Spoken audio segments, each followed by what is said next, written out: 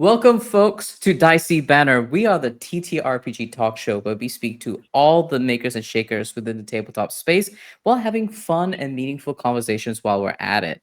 And with that, before we get started, I and this channel continuously stand against genocide and ethnic cleansing, and we support all the oppressed peoples all over the world who are struggling against injustice, imperialism, and colonization. Free DRC, free Sudan, and free Palestine. I know activism has been on the decline. I know folks are ramping up for the voting season, other big events happening towards the end of the year. But please continue to use your voices. All of our voices together make a chorus as we demand better from our leadership.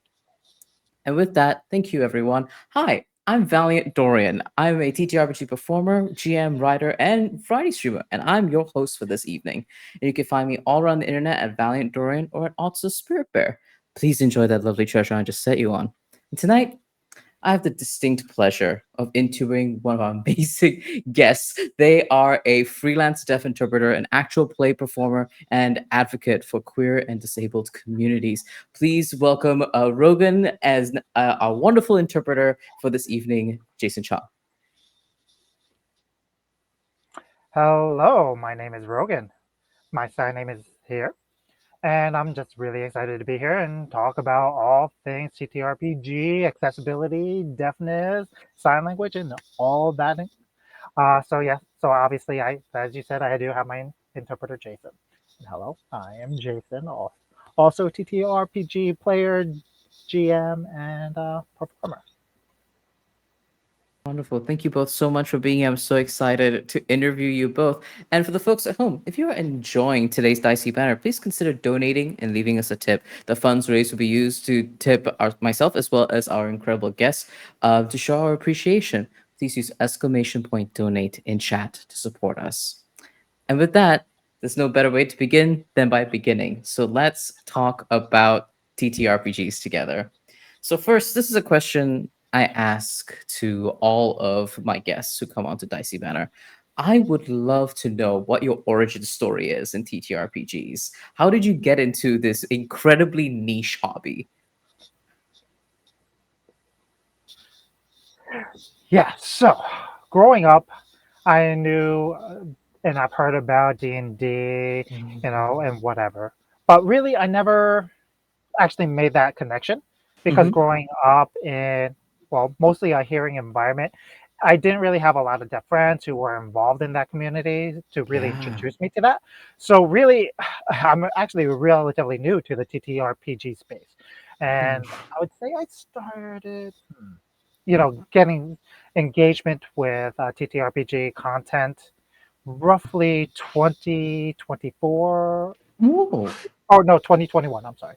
Mm. And following and talking about Dimension 20 to start off with, Mm.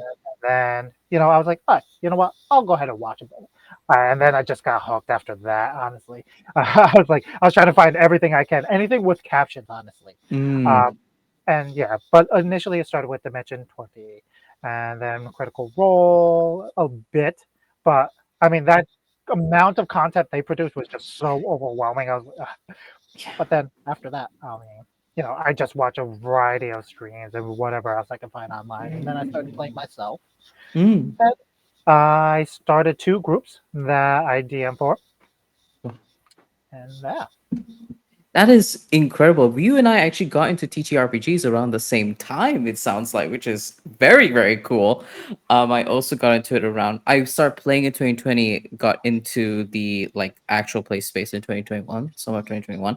Um, and yeah, you bring up such a like incredible point. Like for a lot of the folks I interview, their starting point is either playing. Funnily enough, the most of my guests start by playing D&D 3.5 edition, or they get their start in TTRPGs by watching things like Critical Role. And I can imagine that for you as a deaf person, that being able to have access to even just the gaming materials from the get-go to get started playing would have been difficult. And then the additional hurdle of being able to play. I would love to know how you got your wonderful crew together for the games that you're running, especially as a deaf GM.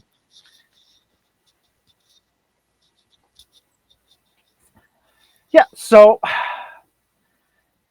actually, I started playing with a deaf group of friends of mine. Amazing. I just happened to see someone post, "Oh, hey, I really enjoy this show, Dimension 20 and all of that." And then, hey, do you want to join a group, one shot, or maybe we could even run a quick miniseries or a couple of games? And Mm, I went ahead and joined that. And in my gut, I had that feeling that, yeah, I wanted to be a DM or a GM. mm, And once I started playing, I was like, yep, that's it. I know it. That's what I want to do. And then from there, I will completely admit, I've actually never read in full either the DM guide or the player's handbook. I will Neither have admit. I. Yeah. I mean, seriously, like most of what I know about how to actually play D&D, I actually learned from watching various Mm, content and watching players and all of that. So, because of that, I think my DM style is very loose. mhm, In general, it tends to be pretty loose. And how I actually got my group together was, well, again, so I have two different groups. mhm, And so I had two different approaches to that. One group was mainly because, well, originally I just wanted to do something, like a Studio Ghibli mm, inspired game, right? And then that group that I got together, I knew all of them already, really intimately. mhm, So like we knew, and they knew the source material. So like I just reached out, and we did it all online because we're all spread out.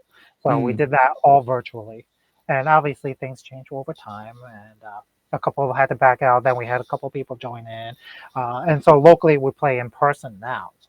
mm, And the second group that I was with are their friends who really just wanted the DM for the first time. They wanted to join as a part layer first, mm, and that's mostly how it works. Most of them are friends, and most of them. There is one person who is hearing who does sign though, mm. but basically the whole table are signers.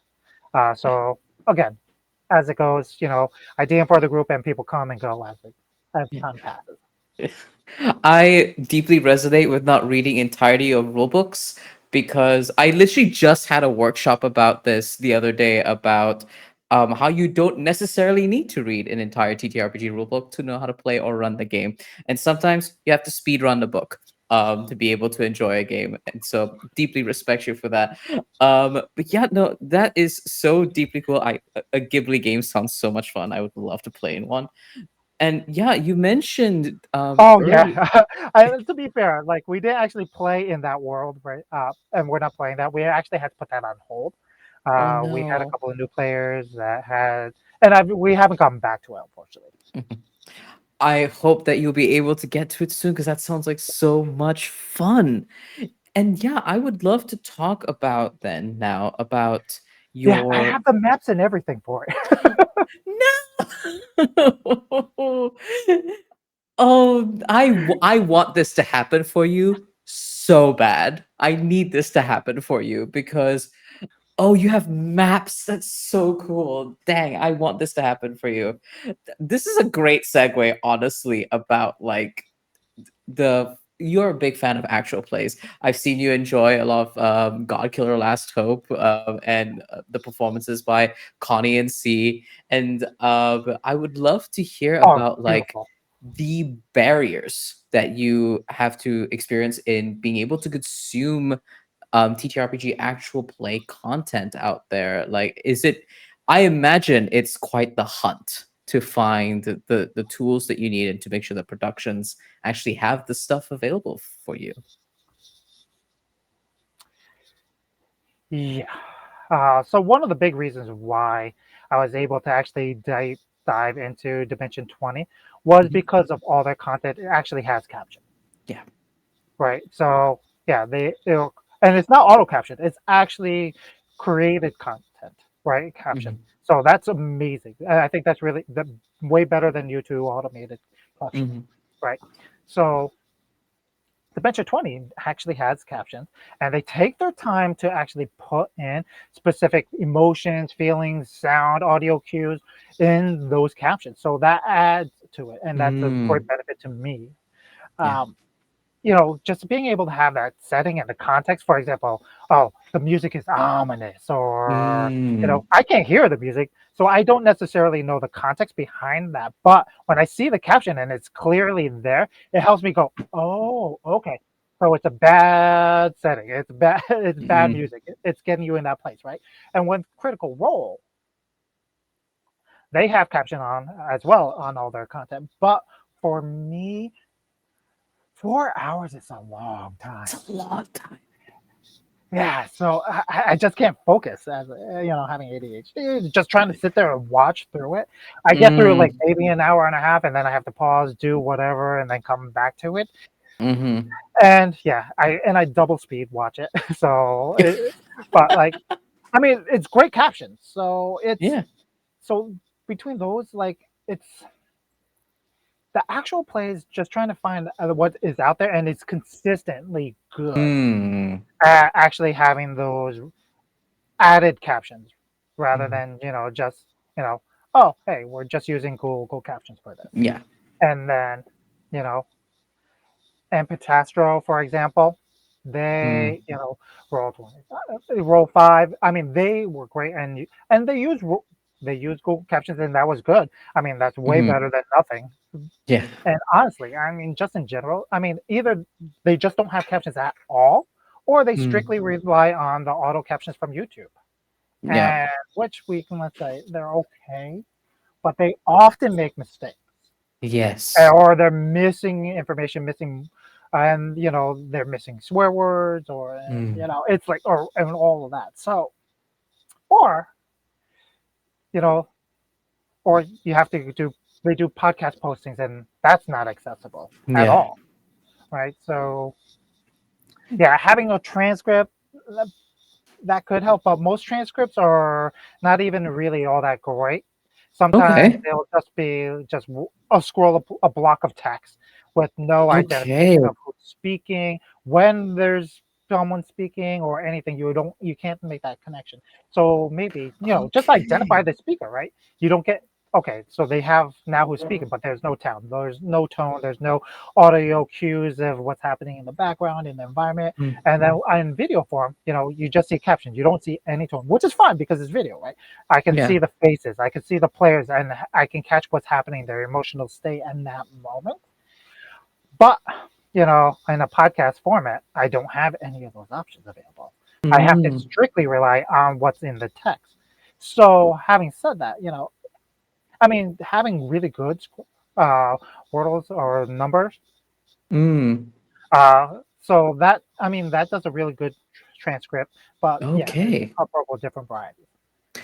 That is so deeply enlightening for me. Admittedly, I thought that perhaps ignorantly that the transcripts would have been more accessible, because there's more like the potential to take more care, and do your due diligence in preparing a transcript versus Google Captions or YouTube Captions. YouTube Captions is terrible. Every time I see Chaos Protocol episodes on YouTube and I watch like six different spellings for Sayer, is painful, truly painful.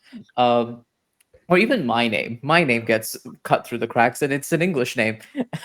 But yeah, so that's so enlightening for me to know that like a lot of the things that hearing folks assume is accessible and would be uh enough, quote unquote, or accessible for deaf folks may not actually match in the reality of it all. Exactly, and I would also like to add, like, and it's not just the the full episode or whatever, but also Mm, if people do snippets, right? Quick clip. okay. For me, when I see those with captions and with the snippets, Mhm. or quick posts, I have to go back and there's no caption. They might be captioned in those quick snippets, but they're not fully captioned in the full episode, right? So there's Mm. captions someplace in one place, but not all places. Oh my goodness. Yeah, no, that's annoying, I imagine. Like I especially now that having more edited and produced actual plays emerging now, I imagine that not again what you mentioned before, not having that consistency throughout all of the media can be incredibly frustrating, I imagine. And speaking of the actual play medium, you're a performer. You are one of the few deaf performers in the space, and I would love to ask you, as a performer, as an artist in the space, I want to talk about your experiences about what have been the highlights of being in the actual play space for you specifically as a deaf performer, and pain points, points that we could potentially learn from here.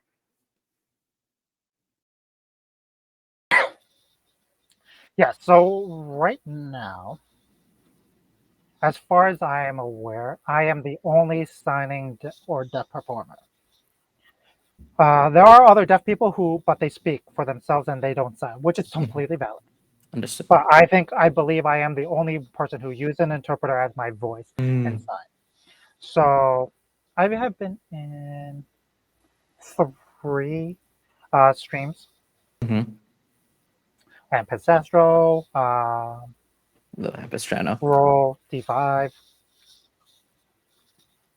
Yeah, they're amazing. And also D&D Beyond, which Yeah. was, oh, chef kiss, an amazing experience to Mm. do.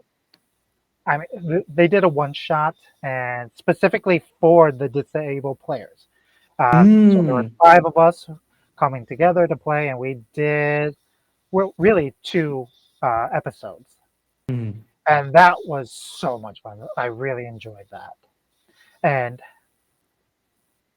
out of all those three, I mean, they've all been great. I have Yeah. had interpreters. They make sure that I have captions going, and we've had a discussion beforehand that Mm. I can participate, making sure that I can engage with the other players. The big thing being, and the big struggle for me as a Mm. performer is that I have to remind people at times. Uh, if we're playing on Zoom, for example, Mm. it can be very hard to interrupt for me at least, because the interpreter has a bit of a lag when they're interpreting. Not a whole lot, but there are a few seconds here and there that they are Mm. lagging behind. So a person is already saying something, and then the interpreter has to catch up and sign it. And I want to add a comment, but someone has already started talking, and they've already started to Mm. add theirs. So where do I actually dive into, and interrupt, Mm. right? And to be able to comment on my own things, Yeah. my own perspective, right? So it's making sure that I have a system in place, really, Yeah. where if we talk or we want to interject, we can raise our hand and everyone understands. Okay, now, and they actually do a call taking, right? Yeah. So, and it works for the players and everybody because, you know, one, it's great for others because now that you're not talking over each other, everyone gets the chance to actually speak. Mm. So the hand raising has been a really helpful tool to make sure that people are able to talk and they're not talking over each other, because again, it's hard for the interpreters just to try to listen to one person, another person is interjecting, and then you're like, okay, who do I talk, who does the interpreter pay attention to, the original person, the person interjecting? Mm. And as a deaf person, it's hard for me to follow and keep track of that, right? So, you know, in any regard of any Yeah. situation, that's still an issue, and that's still a pain point for people. They just Yeah. forget, you know, we can't have people speaking at the same time. No, absolutely. I mean, cross talking is an issue even for like hearing performers. It happens so much on the Chaos Protocol. Yeah, now, yeah, and it happens with other when I'm playing with deaf players too. A lot of times Yeah. I have to hey, hold on, one at a time. Let's, you know that. Yeah, I mean, you get excited, right, with TTRPGs. That's one of the main beauty points about the collaborative medium and being like all at a table playing. Like, love the folks on Chaos Protocol. We love each other so much. Sometimes we just get so excited in a scene, and all three of us want to respond at once, and we have crosstalk. I can imagine for you as a performer that there's an added kind of like pressure and burden on top of that of the crosstalk of knowing how much space is being taken up at once, and also the burden on the interpreter as well to ensure that they're translating and expressing accurately to the table at the same time. I did want to tap into that a little bit with the idea of, hold on, my brain has stopped working for a second. You got this, Val. I had a point. A point was being made. Right, now I remember.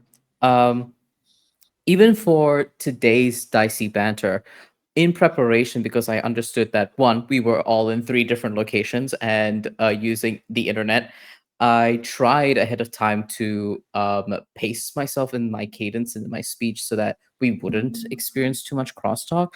But even then, it was something that like that just occurred to me like a few days ago. Like, oh, internet lag, communication across vast times and distances. And I wanted to ensure that our conversation felt like organic and wonderful and keeps you in the place that is most comfortable for you. And it sounds like to me, because you've just mentioned that you are, as far as you know, the only signing like deaf performer in the actual play space. What has that experience been like for you? Is it daunting? Is there a huge amount of pressure for you to kind of like be a representative almost for the community?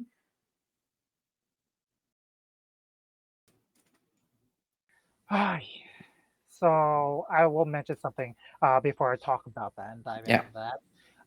The lag time, Hmm. that is one thing that I say often. It's not meant to be stated in a bad way. It's Oh just a no, fact. absolutely not. Yeah. And also, it's just that people hate silence, right? Oh It's just yeah. they people Mm. don't like to deal with silence. So if you don't talk for 30 seconds or even a moment, people feel the need to actually speak, to Mm. interject, right? And I completely get that. And it's sometimes Yeah. people just need time to actually process their thoughts, get Mm. through their thought process before they actually provide or respond to something.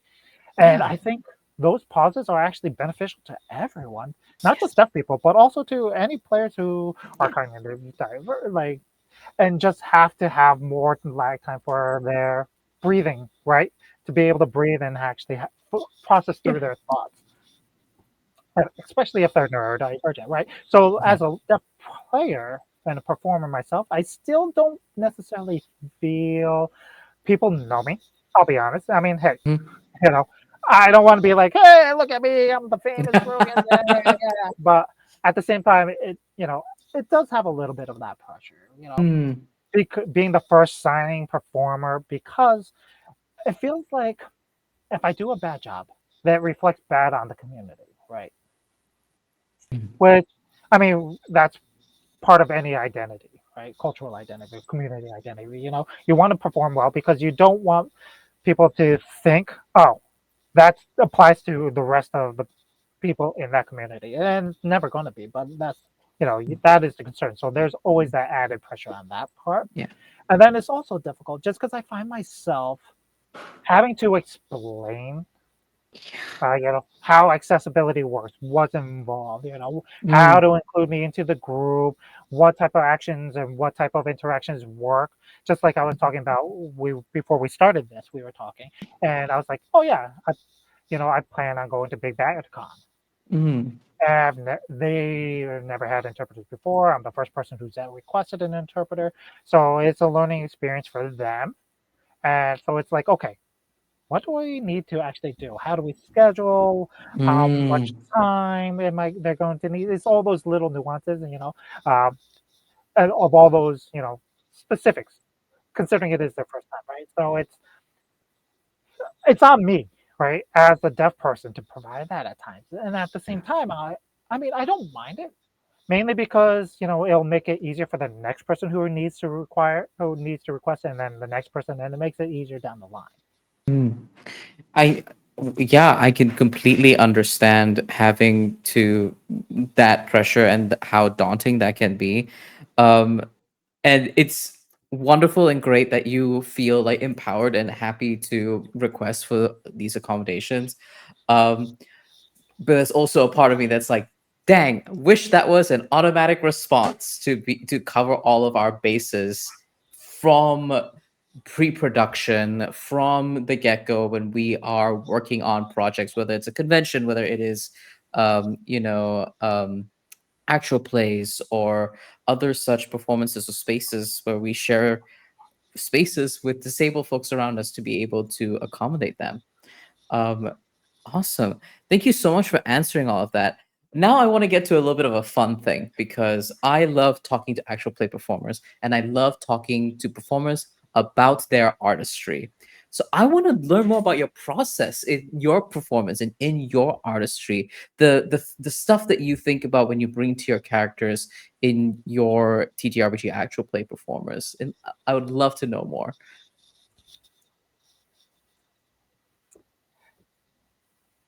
Yeah. Okay. So it might be easier to talk about characters I've already created for stream. Absolutely. Unfortunately, I'm a forever DM. Oh So no. yeah, you know. But having said that, the characters that I've made for streams, mainly because I really didn't grow up with, uh, you know, standard D&D expectations or the standard Mm, rule set. In this situation, you tend to have these type of characters, these roles, yada yada. mm, Right. So I really like to make characters that might be a little play on the name or play on their background, who mm, they are. For example, in I want to say in Empress no, my character was Herringon. It was a mhm. Harrogate, right? A rabbit person, and it had antlers, right? So yeah, so it was a Haribo. Yes. I So adore this because I'm a furry, unapologetic furry, unapologetic monster appreciator. So I love this. Yes, tell me more about this incredible Harangon character you have. yeah, so the character that I created was a ranger. Mhm.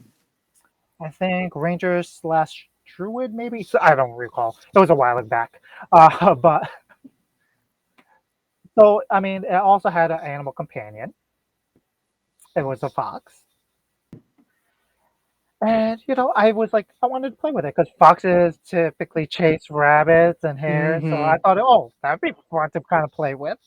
So it was just that is playing with those not what you expect type situations or characters, right? Mm. It's some of my characters for D&D and beyond, for example, was named Callus, and that's what the name sign that we had made. Uh, was a was a elf with a draconic background,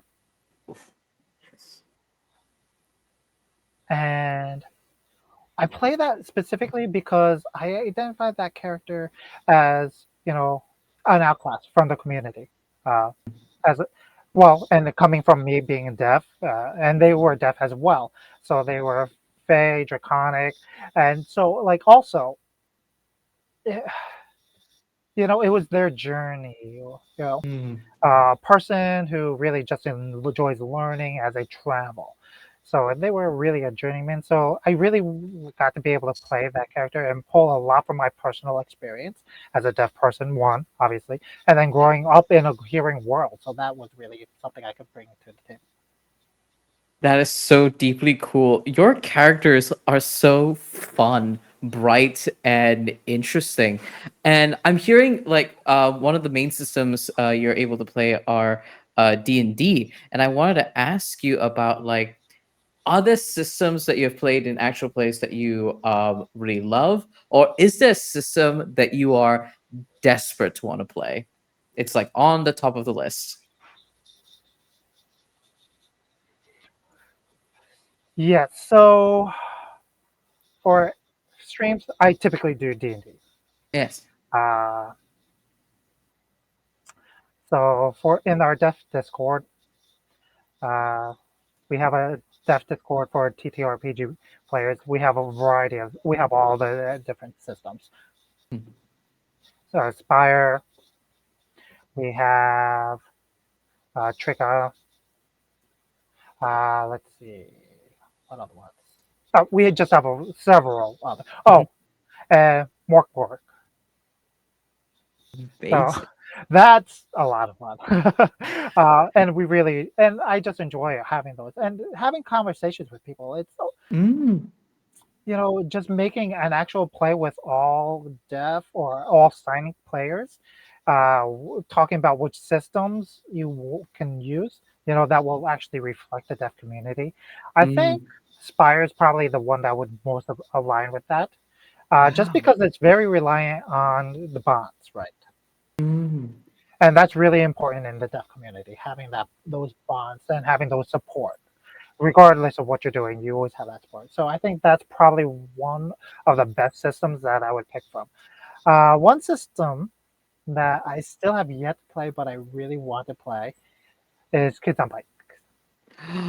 yes. I really want to do it. I started setting up an actual with my home group uh, Hmm. using Kids on Bikes, and unfortunately, that's been on hold. Oh, We did an scheduling actual play. IBBG. Yeah, tell me. Oh, that's so cool. I keep hearing that you're a forever DM, which is so interesting to me. And like, I'm so sorry, that's so many scheduling issues. But it's so cool to hear like systems like Spire. More, I have not played Borg.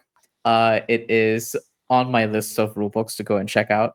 But it's so cool to see that there are systems that are more conducive for folks who are signing or deaf folks to be able to play and enjoy the games that they're playing.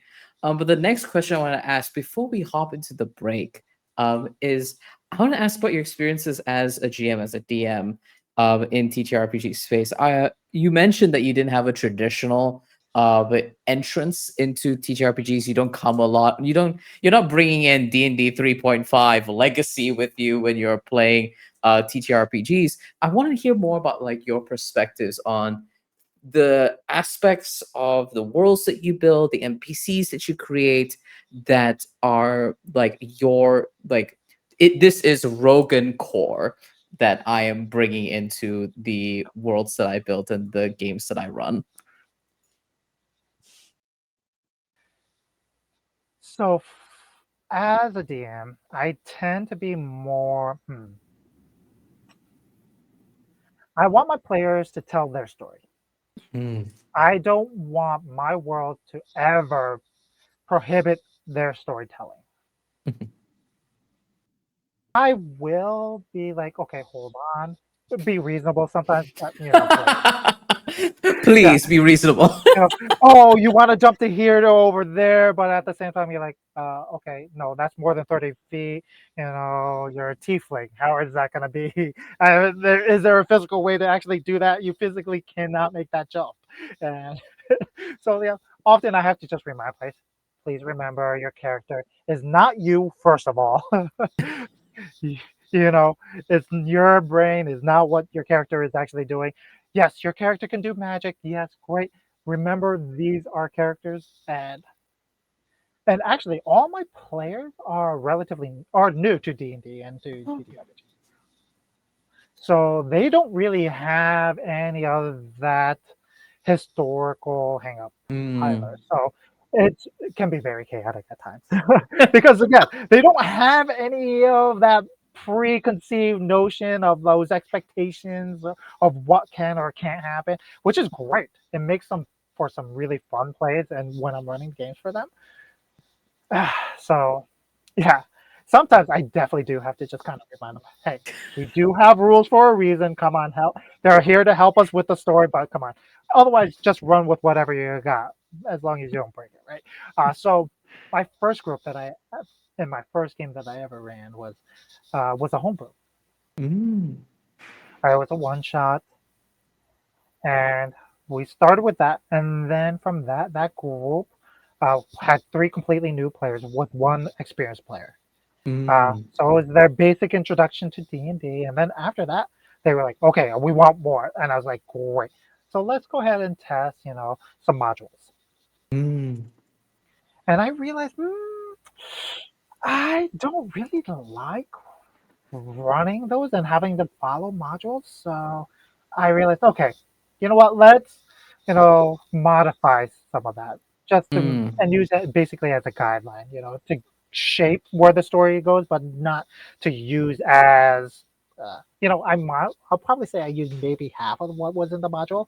It's just Mm. limited at times, and you can't really you, you can't really you can't just go at it and improv. And so sometimes my players will say, "Oh, that's great. Oh, why don't you where'd you write, is that written down somewhere?" I'm like, "No, I just kind of made it on the spot." And it's like, "Oh, okay." And so, like, what I come up with often is really inspired by things that I've read or things that I've watched or Mhm. just things that are out there. And actually, currently, in my home game, I have two characters that basically I pulled from books, Mm. legends, and lots. Mm. Yeah, so those fantasy stories. So I just and I pulled two of the main characters basically from that book into my story because I just needed something that bar and it's right there, right? The material is Yeah. already there. I can just Yeah. pull it and use it. And my partner was like, "Oh, wait, hold on. Why do they seem so familiar?" And then later I was like, "Oh, here's the book cover." And they're like, "That's it. Okay." That has happened to me in a game I've run. It was also a homebrew, and my partner was one of my players. And he knows my tastes and the media we consume because we consume it together. And he too was like, "Wait a second, I know who this is. I absolutely agree. I understand." Yeah. So one of my favorite things that recently happened was my group has, their plot and happening, and then obviously we had to pause in the middle of that. Mhm, And my partner has watched the Avatar: The Last Airbender, mhm. but they never saw the Legends of Korra. Oh. So basically, I almost pulled a very well, strongly inspired from one of the characters in that, and I threw it into the game. And because and when it got paused and everything, my partner started watching Legends of Korra. And I was just waiting for them to get to that little clip and be like, "Oh." When they got there, they were like, "Hold on, wait a minute, this, I see it." And I was like, "Yeah." That's so cute. No, I love that. I genuinely love GMs that enter D&D and they're not carrying a lot of the kind of like war gaming high fantasy burden on their shoulders and being able to just make cool stuff. That's you. My first D&D, like proper D&D campaign, is a homebrew world. I mean, it was still high fantasy, but it was a homebrew world where everyone was furries. I played a like 6'8" tall lion man named Vihan, um, who was a paladin, right? And it was so fun because we got to just play in a brand new world with its own lore without any of the kind of it made it easier for me because this was very much a I don't know if you remember, this is the time during the height of the pandemic in 2020 when we were told to isolate. And it was like those 2.5 weeks or so. And then after that, they announced, oh, it's going to be longer than 2.5 weeks. And it paused a lot of my life. I was living in the States at the time. A lot of my life was on hold. And so my friends who are based in the UK, Scotland, were like, hey, this game is basically international already. Do you just want to join? And play this game, and I said yes. And it ended up it made it easier for me as a player to jump into D&D because I was like, oh, okay, I don't need to read the three very scary books like cover to cover before getting into it. Fantastic. You're gonna help me build my character. Great. Everything is just about animals. Wonderful. I love this for me. So yeah, I just it's so refreshing, and I think that's like one of the best things about TTRPGs is having folks. It's part of the medium of having folks enter it with a refreshing win. Every game that a rule book or a system is based out of, in every home and every table is going to be uniquely that own game, and that is a beautiful thing to have. Yeah, And definitely. and with that, oh, And go ahead. really, that's what I love. I love playing with new players mainly because they don't have that lore sitting in their background. They just want to provide. They just give you what they give you. They don't have to worry about. Oh no, that doesn't match this lore. This doesn't match this. No, this is your lore. This is my lore. Go with it. And that's nice to really just be able to just do whatever you want to do and just be like, that is the truth of this. Love that so much. I think on that note, this is a great point for us to go and get a break. Hello, everybody. Thank you so much for watching. Please get up, stretch, pet your pets. Tell them Mr. Valiant Dorian loves them very, very much. And we will be right back after this break. And we'll talk more about sign language as an asset, as well as how to meaningfully represent deaf communities in our larger TTRPG community. Stay tuned for that. Take care, everyone. Bye bye. Hi, folks. Welcome back to Dicey Banter. I'm here with the incredible Rogan Shannon, as well as our wonderful interpreter for the evening, Jason Chung. Thank you all for supporting this episode. I hope you took that time to get up, stretch, pet your pets, and tell them that Mr. Valiant Dorian loves them very, very much.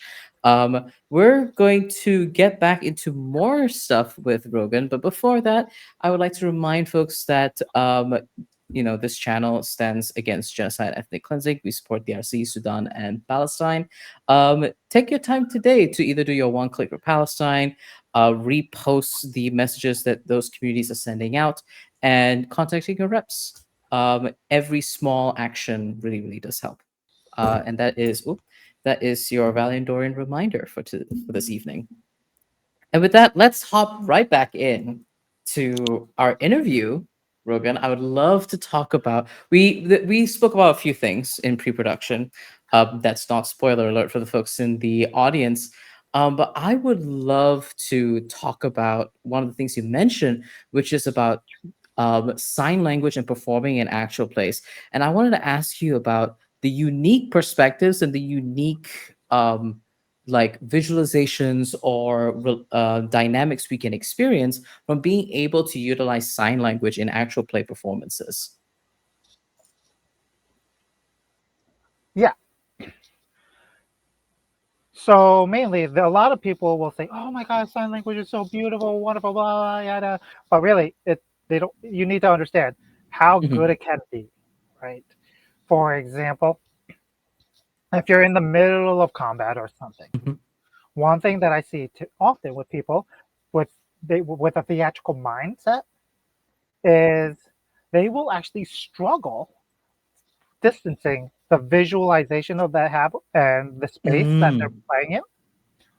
So I remember just recently happened in D&D Beyond that we were doing the theater of the mind, and we were trying to imagine how far something was, how far the dragon was from me, for example, and where the other players were in that world. So in sign language, I just showed it. I showed them, hey, this is how the world is currently displayed, right? Physically in space, how things look.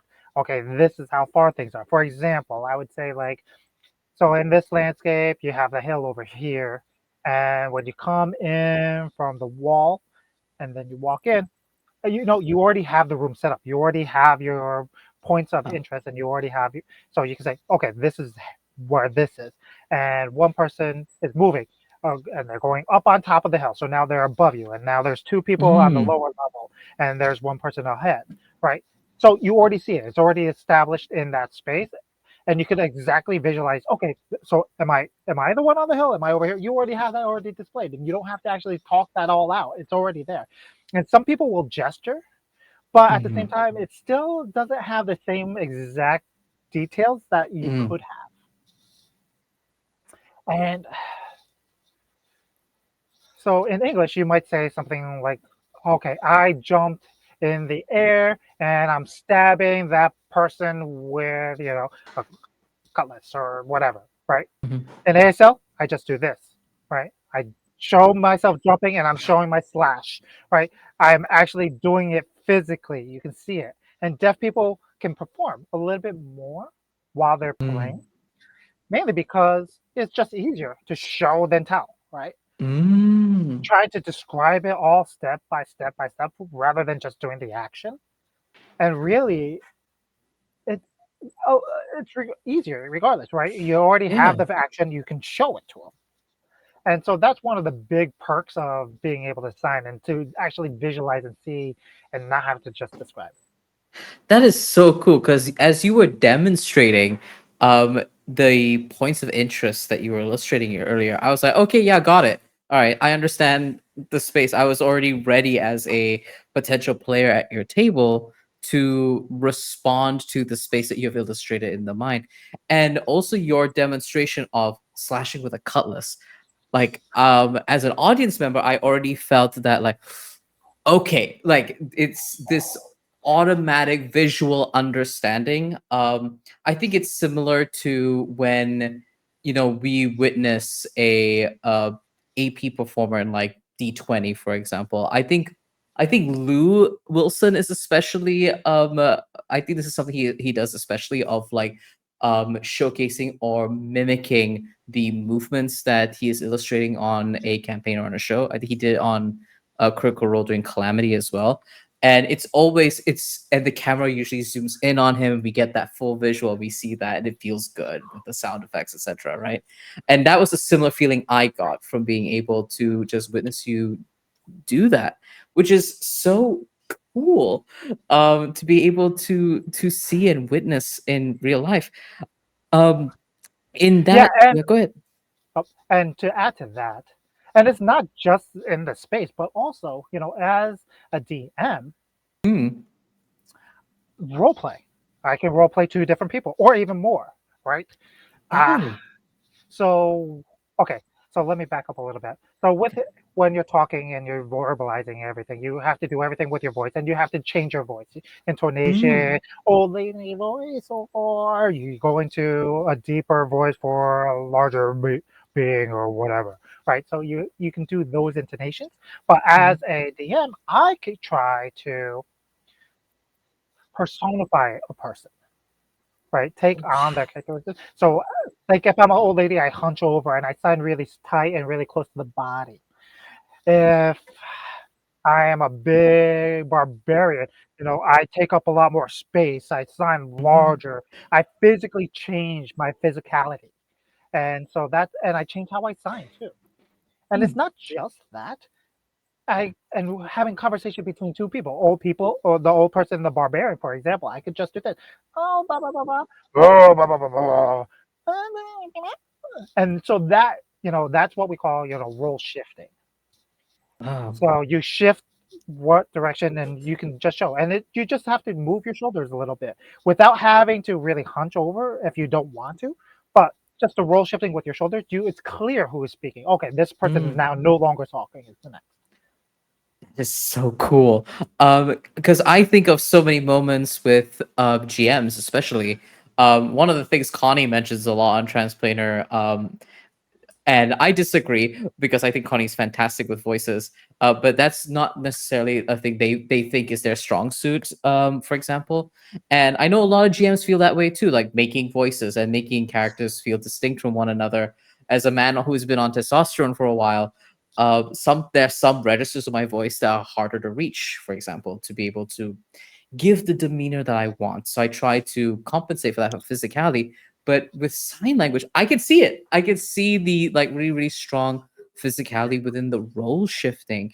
And I would love to like dig deeper into the techniques of role shifting that you illustrate as a GM and being able to set out like set the scene.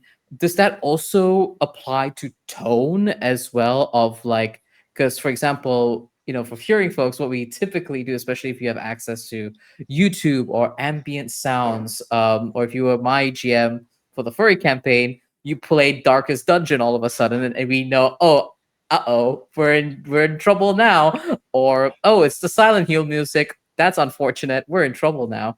Is there something similar that helps depict tone in scenes as well, through sign language?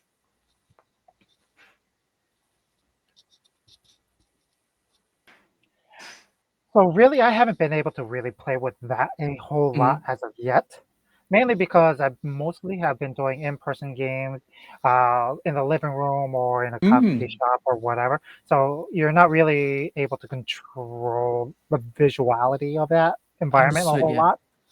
So recently, we started doing it here in an office, and and we have issues like lighting.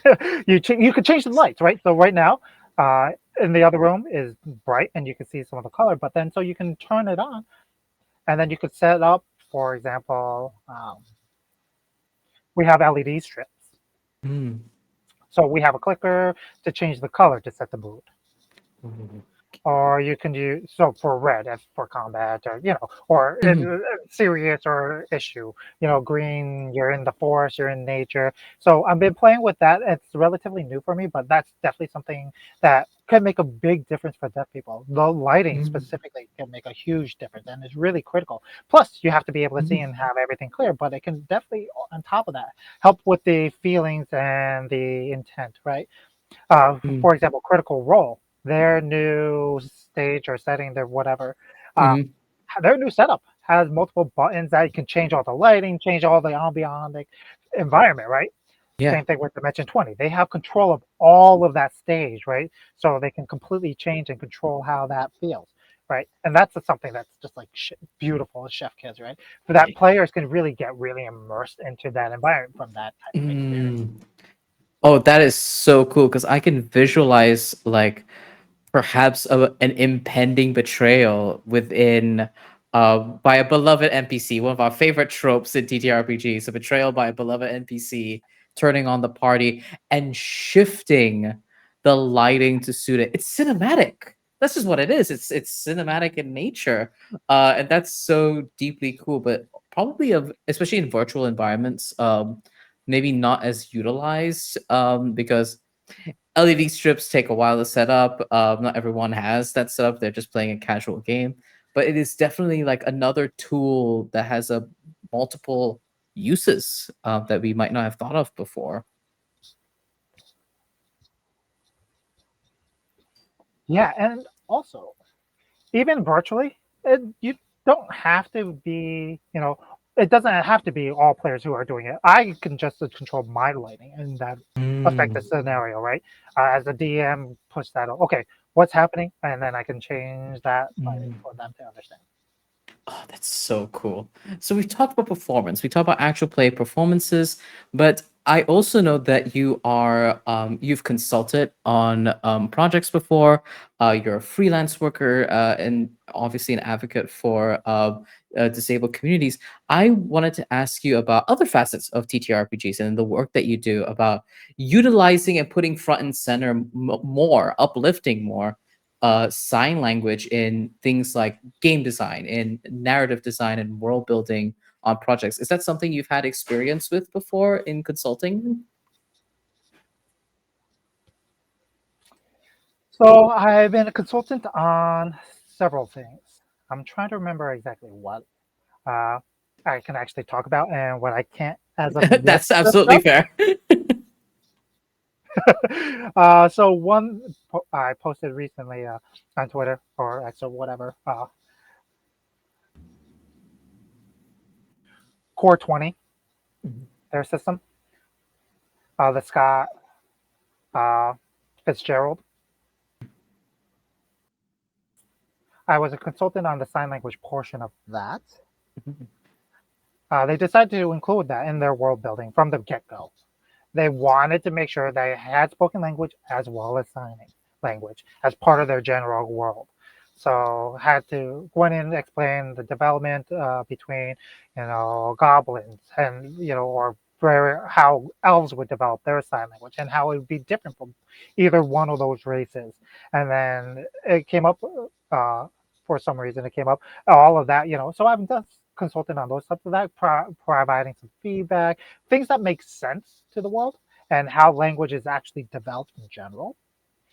And so that was one thing that I've been doing in consulting. But mostly what I do for consulting work is in the disability realm. Accurate representation of deaf characters, for example, accurate usage of sign language, just representation. Yeah. Yeah, that is the big snagging point that I've heard folks in the deaf community talk about, especially online, is that folks love sign language. Folks love seeing sign language and love representing it. And we're seeing that more and more. But we've also somehow at this impasse where are the deaf folks involved in all of this? It seems to be happening in rooms where deaf folks, their allies, and their interpreters are not in those rooms where it happens. And I wanted to like ask you more about that, and maybe we can contextualize it in your experience here in the TTRPG like space on like is that rampant? I know in Hollywood it's certainly rampant, but is that something that we ought to be careful for here? Yeah, the deaf community will call out people if they're Yes. doing a bad aspect or they're doing bad representation, right? Do people listen? Not always. So the main thing is if we have anything to do with the deaf community, just make sure there's at least one or at least two, more than that if possible, deaf people involved with it in the project as a consultant, doing the work itself, whatever, right? It's, I would like to mention Jan Kressner. She is an amazing person who really got a lot of the work, connected me to a lot of people, and has been able to get me out there and get visibility of deaf people and deaf community. So thank you, Jen, out there. And D&D Beyond. All the we had all disabled players involved, and I would say, I mean, there was still some discussion and back and forth about within the deaf community whether or not deafness is considered a disability or not. For the long time, deaf people had no. We are deaf. We're not necessarily disabled. The only thing we cannot do is hear. Mm. Personally, I'm not wrangling my hands over that. I think we belong in the disability community. We deserve to be part of it. I mean, there's no benefit to anyone understanding that we're different from the disability community. Mhm. It doesn't make sense. As a deaf person, it's considered it's considered disability to the general public. Yeah. And if we had all deaf people in the environment, no, great. No, then it's not a disability because we all have equal access to information and communication. But when we're out in the quote unquote real world, it's no, we are disabled in that case, in those environments. So, having said that, anything in regards to disability representation, deafness should be included, right? Uh, Yeah. there's nothing about us without us. Absolutely nothing about us without us, 100%. And like that is something that is and not only in the deaf community or disabled community or queerness, folks of color, right? There is an element where there are often things in many rooms around us where projects are being made without us, but clearly about us. And it is misrepresenting. It is honestly undignified. The ways that our stories get to be told. And I wanted to dive deeper into the idea of like the tokenization of deaf communities. Are there? I mean, I'm sure there are common pitfalls, but I wanted to hear more about your thoughts about the common tokenizations that happen for deaf folks within the space or within characters that are being made. I know one conversation that happens is um, including not necessarily just deaf characters, but like disabled characters in NPCs and in worlds, etc., and how to do it in not a tokenizing fashion.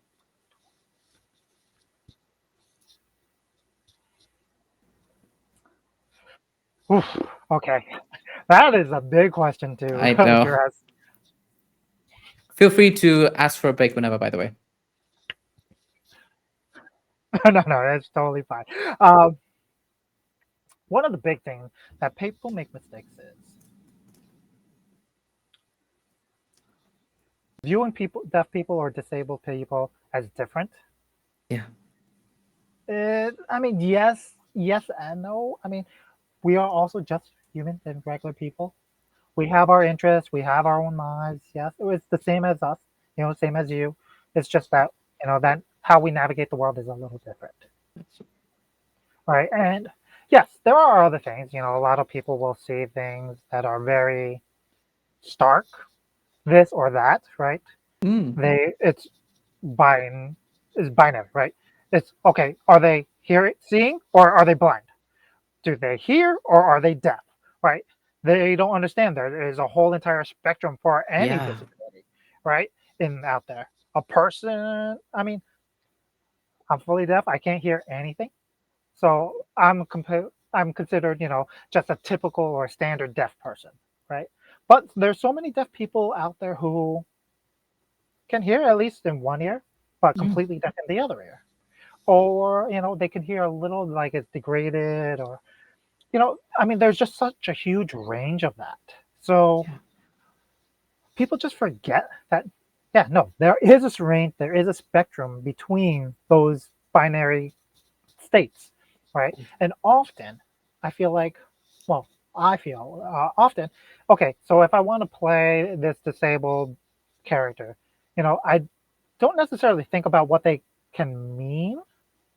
I don't want to be like, oh, I am deaf because of, you know, this thing, or and how would this affect me as different? I mean, yeah, for example, magic, right, relies on the ability to hear a lot of times, Oh or verbal yeah. components. So Yeah. magic, that wouldn't affect us. But as a deaf person, how do we actually verbalize, right? How do we interact and how do we Mm, communicate with people?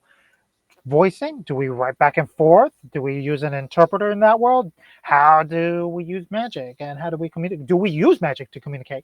And so people don't think about those, because if you change one thing, then it could affect everything else. mm, yeah. God, yeah, the VSM requirements of D&D spellcasting very starkly excludes folks with disabilities on several fronts, which is yikes. But yeah, but being able to like build worlds upon that is so interesting because as soon as you start describing like, oh, how do they cast magic, and I'm immediate, there's a visual that appeared in my mind of like, oh, it'd be so cool if a deaf spellcaster, in place of like chanting like a spell casting phrase, instead like illuminates words as they are like visualizing these magical runes in the air. Like that is so deeply cool, but because of a world that doesn't hold enough space for folks that are different, we don't hold that really cool ideas. Cool ideas could be happening out here. Yeah, and actually, in the D&D Beyond game, there uh, in Gelsalt, their episode, which is the name of the Mhm. uh, one shot that we did, I played a sorcerer. Very cool. Yeah. So with that, for the VSM portion of that rule set, I and my player, they said no, you still have to do the verbal part, but how I viewed it was verbal could mean just the word, right? The Yeah. word itself, whether it be sign or not, or a semantic motion, right? So is there some sort of motion part of that? So, so okay, so it could be the word or it could be a sign. Now you're incorporating the two, right? So it still required my players to do both VSM and VS Mhm. in that case, right? But for Fall Cloud, for whatever, well, just to make up, I don't recall what the exact spell, but for Fall Cloud, it requires both a verbal component as Mhm. well as the semantic. So maybe you might sign the word cloud, which is this. Mm. And then the semantic part would be the actual motion and then pushing it out, right? So you're adding additional motion to that sign to showcasing. So you can still do the V and the S part of that. And I know I'm going a little bit off, but with Core 20, uh, they also had part of that where you had to make it clear, right? So I don't remember the exact wording that they used, verbal or something like that, but they made it clear that verbal just means either spoken or sign language. It was That's so simple. cool. That's what it was. D&D unfortunately does not. They didn't consider that, but Mm. they were very distinct and said, yes, it can be spoken or it can be signed in their rule Yeah. set. That is so cool. Oh, being able to have that motion. And we spoke earlier about the artistry and the visualization of sign language in actual play performance. And I imagine being able to play something like a high fantasy spellcaster in those campaigns that we have actual plays on, and being able to show is what, like, casting spells in APs is one of those things that, like, wow, wish I could like visualize it, but through sign language we're able to do that in a really cool way that evokes a response from audience members, because as you signed, I too was like, oh heck yeah, that's really cool. And being able to engage with that in a very, very meaningful way. Which brings me to the next portion about this, which is how we can wrap things up in this last portion here and talk about meaningfully uplifting and representation for the deaf community, right? In the face of tokenization and lack of representation, um, what does meaningfully uplifting deaf folks look like in TTRPGs as it stands currently? Currently, I would say it's just making it easier for deaf players to actually join your table, sit at and play the Mm, game. Right now, there's a lot of us who feel like we're restricted, yeah. for lack of a phrasing, to play with people who sign. We're, and that's our option, right? It's not. It doesn't have to be true. For example, what was it called? What was it? Local game stores. Yeah. Or they often will have game nights where people go play games, D&D or whatever other TTRPG system that they use. I've never gone in. I just know Yeah. there's no access there. Yeah. There's no point in me even showing up. So a way to uplift or be more inclusive is just try to set up something maybe once a month. Have a night where we go out, you go out and go, hey, we have ASL interpreters tonight. We will provide you these resources. Come on in. We have things here for it. But yes, I mean, a lot of people say, well, deaf people never come. So why should I even bother to provide that? Well, yes, we would come, but you never provide it. So if they actually provide it without asking or engaging us, you know, that's one thing. But if you ask, we'd be willing. Yeah. And that's a lot of the time. We just don't feel. Oh, I have to remind them again. Mm, Are they even going to be willing? Will they just shut me down and say no immediately? Do I want to actually fight this, or do I just go hands up in the air and say, "Don't bother"? I mean, legally, we can't, force accessibility. Some situations, yes, you can, but in most situations, you are legally obligated to provide partly some accommodations, mm, and it's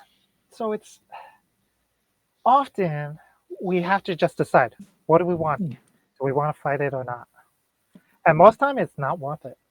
Yeah. And so if they just provide access in the first place without us having to constantly remind or ask them and tap them, that's just the first step to get it. And a lot of interpreters who are involved in the TTRPG world, they're willing, possibly to even do pro bono work if they need to. They don't necessarily need pay because they just enjoy being involved in that kind of environment and Mm, those situations. Just ask around. You will find people who are more than willing to be involved and work for mm, free or at least a reduced cost or however. They're people understand budgets these days, but yeah. like yeah, and we totally get it. But I mean, it is that. Mm. No, 100%. It's a huge pain point for marginalized communities everywhere, is making the constant choice of, do we push back and deal with the emotional, physical, mental labor that all of that ensues for getting the outcome that we need, not even that we want, that we need, right? The bare minimum to be able to participate. And yeah, no, you mentioning the idea of being not being able to attend a friendly local gaming store because where is the access, right? I mean, the being able to participate and find community and play games is so difficult to do in person in that context for deaf folks within spaces like that. And you're absolutely right about talking through being able being able to just on instinct ensure that accessibility exists for folks without being chased by folks on that. And I wanted to get into a thing because I think numbers matter in the sense that it can be a real call to action for folks to get their shit together and to provide meaningful access to folks. So I wanted to mention a thing that we talked about in our pre-production meeting about, as far as you're the only signing deaf performer in the actual play space. And yet, in our pre-production meeting, we discussed how there are over 400 deaf TTRPG gamers in the community Discord. That's a huge disparity. That's a huge disparity. So 400 is just in that one Discord. Yeah, So, exactly. and yeah, there are people who aren't in that Discord, and still, I mean, even so, that is still a small number in comparison to the general, how many people will play the game. Mm. And like that's such a huge disparity in representation within the community that we have. We know a huge part of the disparity is the fact that we do not have equal access. So I want to ask you as we begin kind of like wrapping up and stuff like that for this interview, what is like some basic steps we can do together, whether we're in APs, whether we're game designers, whatever role we hold within our communities, to start closing that gap, to bring in our friends and pals in the deaf community along, and to get them on our tables, get them in our shows, in consultation and in work where you are getting paid for the labor that you do and the creativity that you bring to the table of TTRPGs.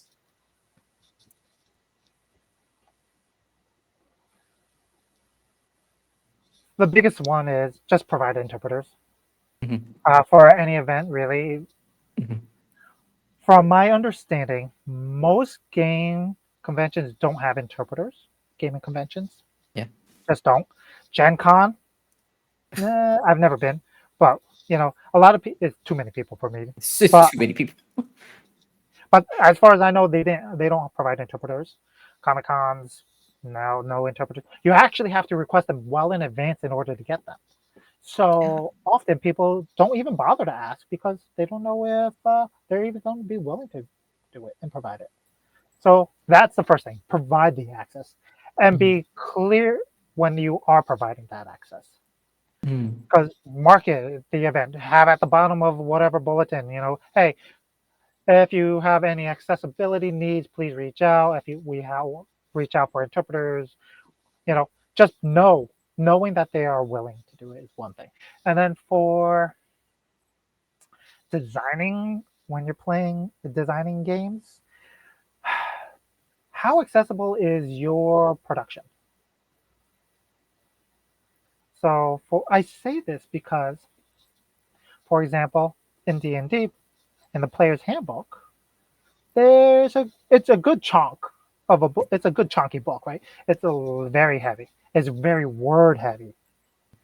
Is it accessible to people whose first language is not English? A lot of the people's first language is not that.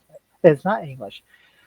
So they're expansions, right? They don't have the full access to the language in it.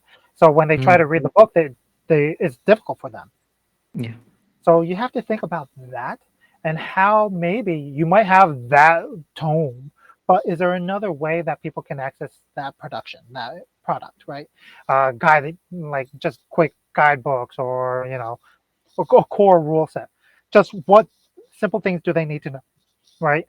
Um, just to add descriptions, just nice to have, but we don't necessarily need. Just have those pushed aside and just have the core rule set, maybe. Mhm.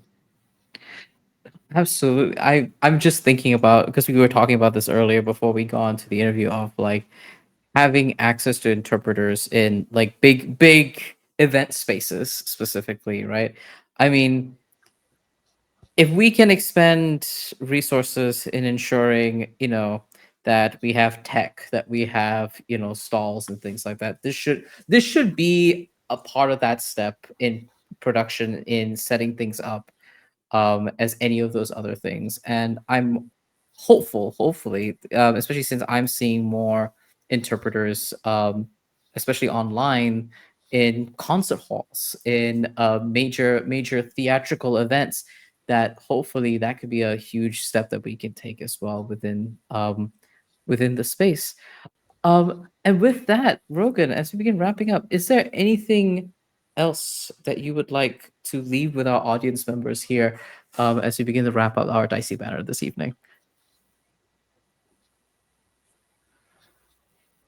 I think connecting representation and accessibility to the TTRPG community in general, I want like to mention for creating actual plays.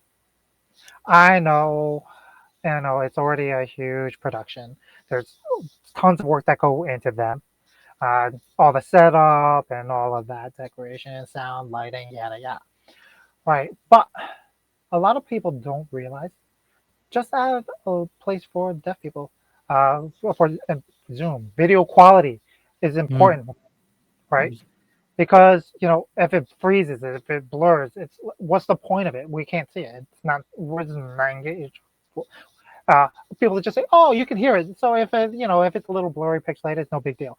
But no, we need good quality for everyone involved. For it to work, and that's part of the challenge in doing streaming when we're playing games, right? That's part of the issue. A lot of our community doesn't really have the resources, and that's the main thing, yeah. resources. That's one of the biggest, I would say, sticking points right now Mm, is just having resources to accessibility, to be able to actually create. mhm. I would love to have a full signing AP at some point in the future, either in person or streaming or online. But it does require a lot of investment to be able to make it and have good quality, have the visual ability to see each other, right? I mean, Yeah. it depends on who's running everything. Oh, do you have, you know, a full acting cast? Is the crew then deaf as well? Do we have to pull in interpreters for them to make sure that they can all engage with each other? There's multiple layers that you have to Yeah. add on and consider, right? And that's what I think one of the bigger challenges things, just running things on its own. Yeah, absolutely. And especially with we joke a lot, I think, in the EP space, especially with the indie actual play space. We're not the big studios. How we're passing around the same $20 to one another within the community. And it's one of those things, like you bring up a very, very huge point of, like, that is a huge sticking point, is having the resources to put up the shows and put up the representation that we want to see in this world. And while that is a challenge, I hope that we, especially after this interview, as folks keep talking about it, that we'll be able to do that. Because, folks, I'm running Dicey Banner mostly out of my own pocket. um and I wanted to make sure that Rogan had accessibility as well. And I hired Jason for this, because that matters, and I think that is the spirit that we should hold for folks everywhere. Is that folks are people. People need things to be the most comfortable in an interview, in a show, in a production, whatever that looks like. And having that, being able to plan for it, budget for it, and working together with community and reaching out for those support systems. I mean, I didn't know who to go to at first for interpreters. I was like, oh, do I know one? I was like, I know Jason, but I don't remember what Jason's handle was when we worked together in Hero Forge. And I was like, oh no, I know I worked with an interpreter, but I forgot what his username was. So I put out a call on Twitter to be like, "Oh, hi. Do do I know folks to reach out to?" And it's something that you brought up earlier, Rogan, of asking, and that being the first step, is to have that empathy, that compassion, and know where the dearth of your knowledge ends, to be able to reach out to folks who know, who have the resources, who have that access to help you make your stuff accessible and safe and comfortable for folks. And I wanted to leave folks in the audience with that, with the idea that, like, this is achievable, we can do this, and we can rely on one another to help our friends and support them. Amazing. With that, thank you so much, Rogan, for being my guest here on Dicey Banter. I really, really appreciate it. You are an absolute sweetheart, and I would love to have you on any day, anytime. I adore you so much. With that, let's begin our introductions. And Let's thank start you with for you. having me, honestly. I really did enjoy my being here today. That means a lot to me. But yeah, let's let the folks know at home who you are, where they can find you, how they can support you in the works, any cool upcoming projects they can keep an eye out of, all that good stuff. Let the folks know. Sure. Yeah, you can find me pretty much on most social media under Rogan Shannon, my name, at Shan underscore no underscore say. Uh, just search for my name. You'll find me. Honestly, I've never met anyone with my name, so you can just Google. uh, and then you can support me. I do have a Patreon and I have a Ko-fi.